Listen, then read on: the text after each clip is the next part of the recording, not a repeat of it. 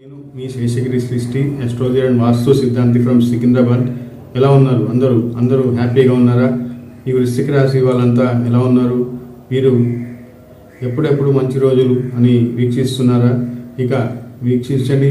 ఇక మీకు మంచి రోజులు దగ్గరలో ఉన్నాయని ఆశాభావాన్ని కొంత వ్యక్తం చేయగలుగుతున్నాను ఈ వీడియో ద్వారా.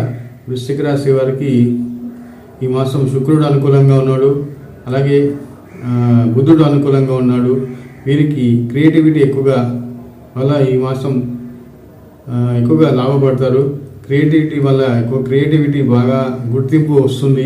వీరు చేసే పనిలో చాలా క్రియేటివిటీని ప్రదర్శించి ఆ క్రియేటివిటీకి అది ఉద్యోగంలో కావచ్చు, వ్యాపారంలో కావచ్చు, మరి ఏ రంగంలో అయినా కావచ్చు, వీరి ఒక టాలెంట్కి గుర్తింపు అనేది లభిస్తుంది. టోటల్గా ఈ వృశ్చిక రాశి వారికి అది కళాకారులు కావచ్చు, సినిమా రంగం కావచ్చు, మరి ఏ రంగం అయినా కావచ్చు, వ్యాపార రంగమైనా కావచ్చు, చేసే పనిలో క్రియేటివిటీని ప్రదర్శించండి.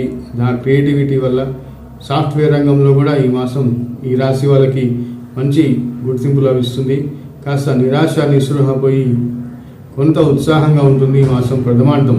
కేవలం ప్రథమార్థం మాత్రమే కుజుడు వీరికి కొంత అనుకూలంగా ఉన్నాడు. మళ్ళీ కుజుడు ద్వితీయార్థం నుంచి కుజుడు కొంత మళ్ళీ ఖర్చులు పెంచడం ఇలా ఉంటుంది. రియల్ ఎస్టేట్ రంగం వారికి ఈ మాసంలో అద్భుతమైన ఫలితాలు లభిస్తాయి. అయినప్పటికీ శుక్రుడు అనుకూలంగా ఉండడంతో కొన్ని కొత్త వాహనాలు కొనడం, కొత్త వ్యాపార ఆలోచనలు చేయడం, అయినప్పటికీ అర్ధాష్టమ శని ప్రభావం కొంత ఉంది.